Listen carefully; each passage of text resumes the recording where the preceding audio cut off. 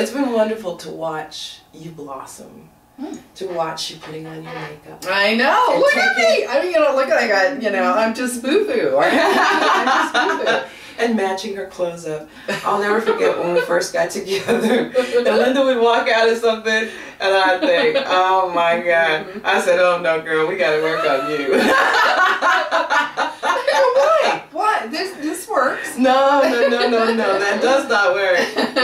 And then every once in a while, she'd get her dander up and she'd rebel and she'd say, I'm wearing what I got on. And I'm like, that's fine. That's cool. It's cool.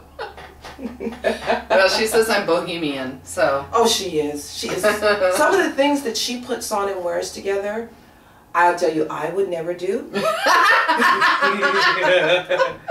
it works. Yeah. It works. Personal style. Personal style. Yeah.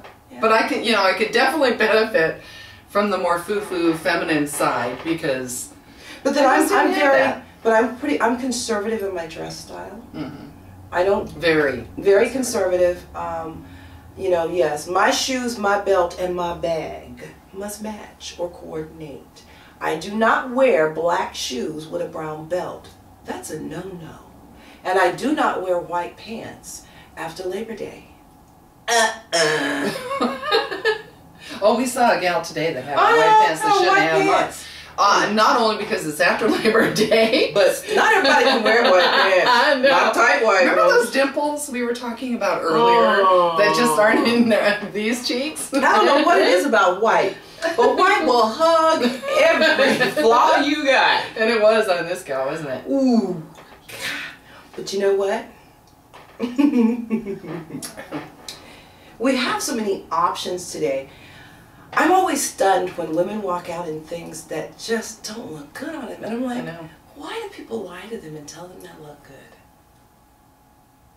I've worked in retail. Mm-hmm.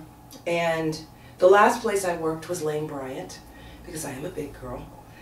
But I've lost weight. Yes. I'm out of line. I'm jealous. I'm just about out of line. I hate her. Kind of hate her, actually. But I would have women put on things, and I tell them honestly, that does not flatter you. Mm-hmm. Let's try this instead. And so I get really frustrated when I go in somewhere and try and clothes. Oh, well, that looks great on you. And I know it doesn't look great on me. And I'm trying to say, now, why would you lie like that? To sell it to you. Yeah, I ain't buying it, baby. And if you piss me off bad enough when I know it really looks bad, you're not going to get a dime off of me that day because I'm out of the store because I'm hot. That you would think so little of me that you would tell me I look good in something I did not. It's important to me. Yeah. And I wear what I know looks good on me. I don't wear styles that are somebody else's styles. Mm-hmm. I'm almost, we're both almost 6 feet tall. I got a black butt. We got a little bit wider hips, fuller, blah, blah, blah. And yeah, I got tummy action going on here, even though I lose weight, and I have big boobs. And there's certain things that are not going to look good on me. I am slightly knock-kneed. You are? Yes, I am slightly knock-kneed and a little pigeon-toed. I'm going to have to check that out. That one I compensate for extremely well. Modeling lessons did a fabulous job there. But certain things don't look good on me. Mm-hmm. And that's true. And I don't care how the style it is. I'm not wearing it. That's right. I'm not wearing it. Yeah. And that's something women need to learn. What looks good on you?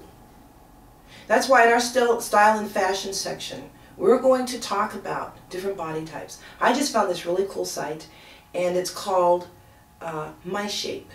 And what they do is they have you take out a tape measure and all the different, measure all the different parts of your body. And based on those contours, they will make suggestions to you about what looks good on you. Mm-hmm. They will ask you about your skin color, your eye color, whatever, and they will recommend combinations of colors for you based on your specific. Basically, you have a fashion consultant on board. Wow, that's cool. And I recommend women do this because you should know what looks good on you, and you should take the time to find out what looks good on you. Mm-hmm. Why don't we? Why?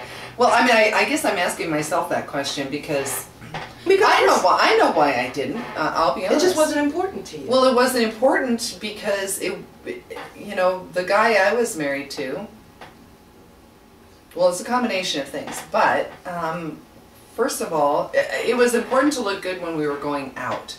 Yes, But it because you were wasn't trying important to to impress look, yeah, well, not even just him, but I was trying to look good with him for him, if you get my drift. But when we were alone together, it was like, I don't know, maybe it's good, maybe it's bad. I could just be whatever, and, you know, we just had our existence. Does that make sense? Yeah. You know, it's just like you get up, you put on whatever, and he doesn't say anything, you don't say anything, you just go through your day, looking like shit probably most of the time. But, you know, why change if nobody said anything? Now see, my experience was the opposite. One of the things I have to highly compliment my ex-husband on, he dressed extremely well. He was very conscious of what looked good on him, and he was very conscious of what looked good on me. Ah. As a matter of fact, when we married, I dressed like a church girl. Like I said, you know, I wasn't comfortable with that sensuality, and over years and years and years, I had basically programmed myself, and I did. I dressed like a church girl. And he taught me how to dress. And he bought me beautiful clothing. And the first time I actually, in my life, no, not the first time. Actually, the first time in my life I had matching underwear was when I was doing the modeling and beauty pageant stuff. But he took me and bought me beautiful lingerie, matching bras and panty sets, and just taught me how to dress. And I honor him for that, because when we walked out, we were stunning. He's almost 6'5" and I'm 6 feet. Oh my God. We were towers of power, and we were dressed to impress. And so that is something I was very accustomed to, is looking the right way for the right setting, because that was an important thing in my husband's life. So it was important to me as well. Do you know what the first thing my ex-husband ever bought for me clothes-wise? What? When I got pregnant with our first child, he really wanted to buy me maternity clothes. And I mean, it was very sweet. And what he ended up buying me was really nice red pair of pants and a white sweater. And he goes, well, you need to have a dress for church. I go, okay. So he goes off and he brings back a sailor dress. We tall girls don't do sailor well. The puffy sleeve and the big collar and the white and the Pinafore. the red tie. And it was blue. It was navy blue. I was very patriotic.